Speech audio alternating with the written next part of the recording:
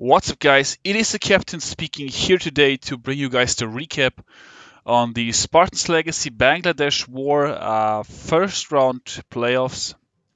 And as you can see, we lost by 5 stars, so let's get right into the stats.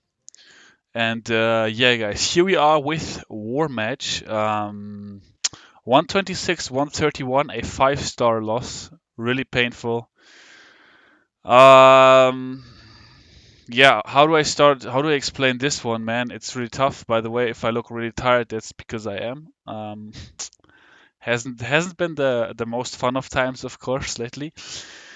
But yeah, from the beginning, I feel like the odds were kind of stacked against us roster-wise already. As mentioned, I was not able to play. I wasn't in this war. Also, CH, who's actually the Tunnel 10 with our best hit rate. I have the second best hit rate.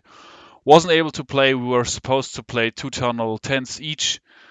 So yeah, we basically had our 4 best Tunnel 10s not in the war, which is of course already a problem. Then Richard's Tunnel 12 was accidentally spun in a random war, so Richard was not able to play on Tunnel 12. And yeah, then I feel like a lot of our good players had a really bad day. Just I don't know, didn't bring it, didn't have a good performance. Something I also have to explain about these attacks is we went for some 12v12 YOLOs in the end. We only unlocked one 12v12 attempt, which ended up being a fail. And at that point, the war was already over, like with 20-30 minutes left, because Bangladesh had already done enough. They had used more attacks, so we could not win technically anymore. So our Tunnel 12s, we decided to make them use their attacks because some were already like, why use the attacks now because we've already lost? But we decided to make them use them, and they went for some 12v12s just to practice and have some fun, whatever. Yeah, so looking at the stats right here, guys, obviously we can see that 10v10 was okay. Could have been better, as mentioned, with the 4 best accounts sitting out. Definitely not ideal. 53%, Bangladesh with 49. I also have to mention that the Bat Spell and the Stone Slammer were banned for this war, so in case you see some higher hit rates in some other wars, that may be because they were not banned there. In this war, Bat Spells and the Stone Slammers, it was unanimous between the two clans, were banned. Then 11v11, okay from Bangladesh, 10 for 23, 43%. Not amazing, but okay. Got the job done. And for us, 4 for 25, 16%. Season low by a long shot. Like, I don't even know what to say. Like, completely wheels falling off. I have no idea. This right here is probably the stat that lost us the war the most. Although we did not do amazing on any tunnel level. And yeah, 12v12. I mean, realistically, with solid planning, this is 0 for 1. And then, of course, we should have used some more dips. Would have gotten some more stars. Realistically, it maybe would have been like 127 or 129 or 130. But yeah, anyways, guys, that's the stats. Just to like sort of sum that up real quick, and let's get into some gameplay because we have some nice attacks. As always, on Tunnel 10, this was a 45 versus 45, obviously. On Tunnel 10, actually, there's a lot more nice attacks than I am willing to show you, just because I don't want to make this video too long. We're going to start things off with Lex on number 22 right here, coming in with the Dragon attack, doing the Shahab, you could say, I guess. Yeah. So we struggled with their bases too. They had really, really good bases. They put in some great work at base building. Like very early, our 11s already said, man, their 11 bases look tough. So a lot of our 10s were, didn't have that many ideas for their Tunnel 10 bases. From what I picked up. So yeah, I mean, gotta hand it to Bangladesh. I always fail to say this in the beginning, but GG's to our opponents, Bangladesh in this case. Good job to you guys. Congratulations on your victory. Bangladesh, very nice people, very nice clan. I mean, very. How did CH put it? I think he said they are peaceful people, and that's certainly true in my opinion. Very nice people, no drama, no stress. From what I've heard, easy to negotiate with. So thank you very much, Bangladesh, for this war. Good stuff to you guys, and good luck for the rest of the playoffs. I hope you guys make it to the finals, and maybe you'll even be able to win the title. Yeah, awesome stuff. Very well played, and that's all I can say. So yeah, but let's get back to Lex's attack here. Lex, of course, co-leader, vital part of the clan, and doing so much, also investing so much in these playoffs on voice for like long times, and yeah, one of the people who did everything he thought he did everything he could to help us win. Also, guys, in the end, I want to sort of make a short resume on the season and talk about why, maybe in my opinion, it didn't work out for us. Once again, you have to say, because play to great your regular season, and then in the playoffs, it just seems that it doesn't work for us. Want to get into that a little bit, not too much, because yeah, I don't want to get into it too much, but gonna talk about it a little bit in the end. So we've got Tyler with some Queen Charge Lalo. This is actually a plan made by Yo-Yo, and Tyler coming in with the cleanup right here, but it's actually a pretty cool attack, so that's why I want to share it for you guys. As mentioned, we had a lot of Tower 10s that did great. I probably can't even name them all, but I know, for example, that Sugar also six-packed with attack strategies that she doesn't usually use that much. And I am not going to show any of her attacks because it would just be too much. I mean, from the... How many 10s did we have in this war? Let me see. 27? Yeah, from those 27 10s, I could probably show an attack for most of them, but... as I'm only going to show you guys 3 Tunnel 10 attacks and then 3 Tunnel 11 attacks. And that's it. No 12v12 triples, of course. So will not be able to share any of that. But yeah, shout out to many great attacks at Tunnel 10. I mean, the hit rate overall was not that awesome, but that's just because... And I am sort of pissed off about this because some people just didn't put effort in. Like if you have a couple of people with... in my opinion, semi-YOLO double fails in the beginning of war, that's just not going to help your hit rate, and that's why I also think the hit rate looked worse than what a lot of our 10s actually did, and that's also, as mentioned, due to... Surely it is due to CH and me not being in war, because like a couple of the people that did that stuff so just simply wouldn't have played if we had been in. So yeah, but that's past now, so gotta move past that. I still don't know if I'm gonna be able to continue playing in CWL. I will hopefully find out soon. But yeah, let's not get into that inside this video. Let's focus on Spartans Legacy, because that's certainly more important than my fate. So yeah, Tyler with this OP Queen Charge, quite a long charge as you can see. And take a look at the spells he's got left. He's got a Heal, Rage and 2 Haste left at this point. And could have probably maybe swagged all of those. Yeah, very nice job by Tyler. Very nice. Took us a couple of tries to get this one right, but when we did, it's certainly a really good attack to look at. So yeah, nice stuff to Tyler and also to Yo-Yo for the plan. Up next, we've got number 20 and my man Sky, my main man, with his last war. At least that's what he says now. He says he's going to focus a lot more on school and studies and all that comes with it. He's going to finish his school in summer, from what I understand. And so he's going to need all his focus and attention for that. But this one right here, Sky, by the way, dropping a fresh 6-pack in this war. So awesome stuff. Like bringing it when it matters. Just beautiful performance. Very nicely done. And yeah, it's of course nice to go out on a high, for him at least. Dropping the 6-pack in the final war. Fresh as well, so that's just super awesome. And yeah, quite interesting here with the bowlers inside the Ram and the King trading for the enemy King there.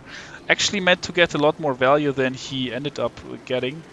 That is sort of my fault, I guess you can say, maybe. Because yeah, in the in the process when I saw the base. I suggested a different ram than what he was originally gonna do, whatever. So, but yeah, it ended up working out, so it's all good, I guess. But yeah, so the heal spell comes down right here, and is going to be able to do nicely. It has got one more heal spell left. It's not really gonna need it. The wizard tower is actually sniping the healers, but does get taken out by the miners. And let's go ×2. We actually tripled a lot with Queen Walk miners. That's because from what Shahab told us after the war, they weren't really expecting us to use it that much, so they gave a lot of Queen Walk value in their bases to defend a lot of other stuff. And then we, very early, we spotted that a lot of their bases would be vulnerable to this, so we end up using it a lot, and that worked out well, although, yeah, not everybody, not all the players, I guess, picked up on it, but it's whatever. So that's the Town Hall 10 attacks for you guys for today.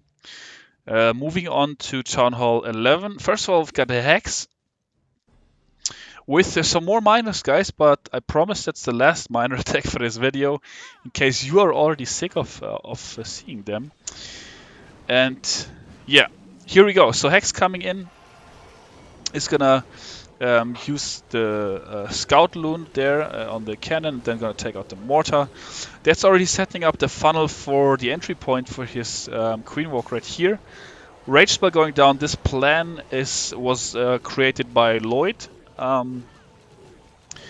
Lloydos, the eternal Spartans Legacy member. From what I understand, he's also gonna stay and continue playing, which is good news these days, because from what I've heard, a lot of things are going to change, but we'll see. 2 test wall breakers here. That's intentional because the Expo is gonna take out 1, and yeah, we needed to trigger the giant bomb there, or Hex needed to, and there we go. The wall break works out. We attempted this, I think, twice before already, until it finally worked out. Plan as mentioned by Lloydos. And yeah, out comes the CC. Rage spell goes down, poison spell goes down. Very nice job. Takes out the Eagle Artillery. Almost takes it out before the CC, but it doesn't really matter because it's only going to get 1 shot off, I believe. I mean, I guess it would have been nice, obviously, because now it's going to be... Queen is going to be frozen for 6 more seconds. Now we've got the BK and the Ram's already in, of course. We've got the Giant doing some tanking right there for the miners. BK taking out a ground skelly trap, which is, of course, super valuable in a miner attack as well.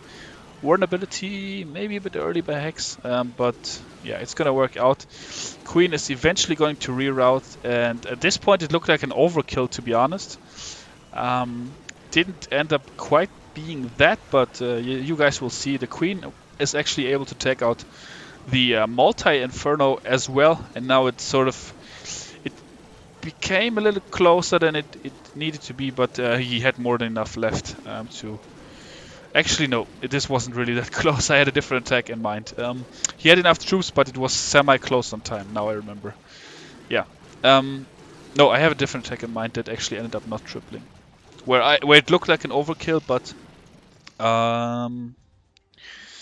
then ended up not 3-starring in the end. So yeah, that is that one. Then we've got one more by Matki right here.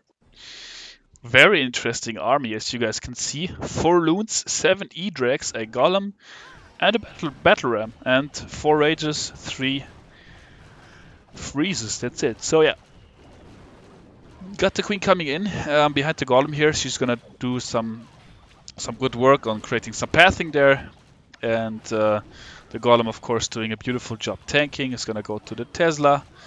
The E-Drags are gonna be coming in here from the let's call it the 12 to 9 o'clock side, because that's what it is.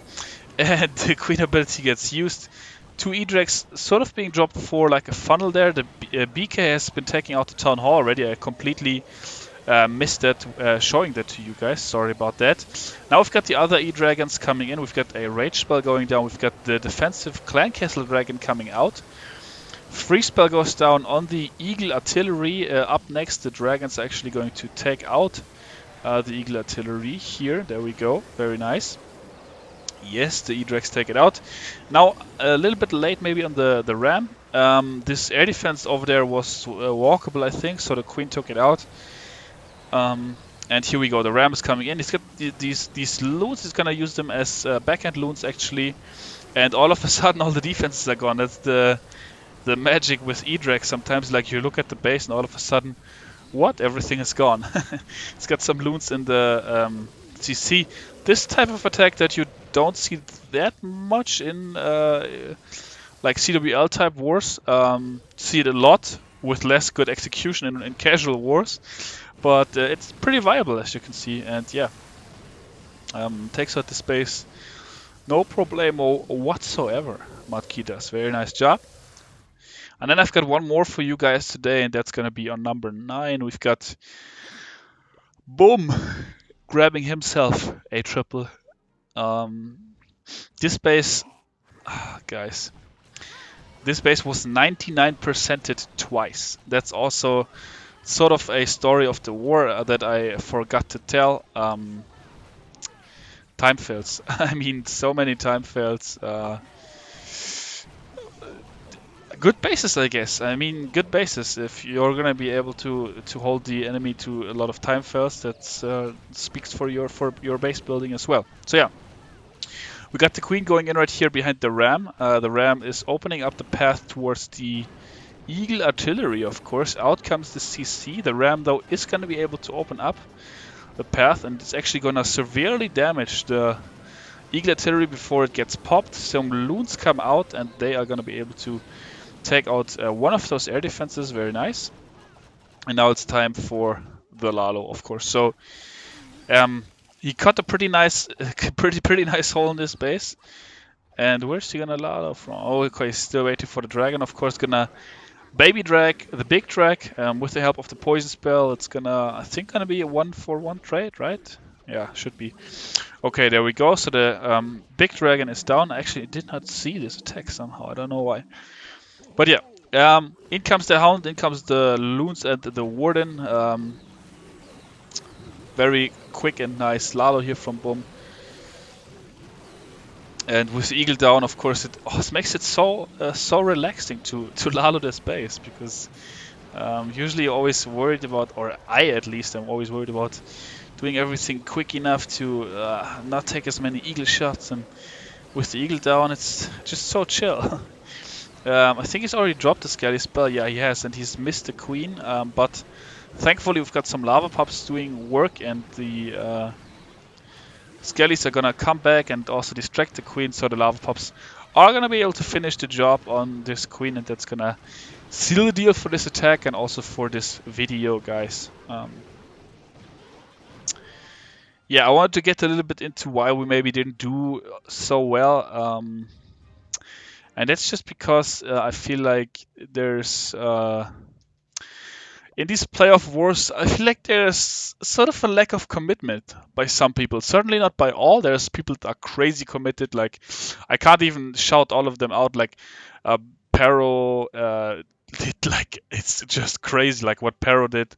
So much effort. Richard, of course. Yo-Yo with the base building. CH, Lex. As mentioned, I will definitely forget some. So even Doom Kitten not playing anymore, helping us out with setup and wall match and stuff. And it's amazing to see the effort that some people made. But I gotta mention Kong as well. Kong and Vali, of course, with the base building, crazy stuff. Once again, I'm gonna forget some of you guys, and I'm sorry about that. But yeah, there's part of the clan that has been like really committed, but then there's also part that just I feel like think like they can just win with talent. And honestly, like as far as roster depth goes and as far as the individual talent goes, SL has been probably the best clan in Invite this season again, and that's my opinion at least. But we don't manage to apply that skill when it really comes down to it. And in my opinion, that's just due to a lack of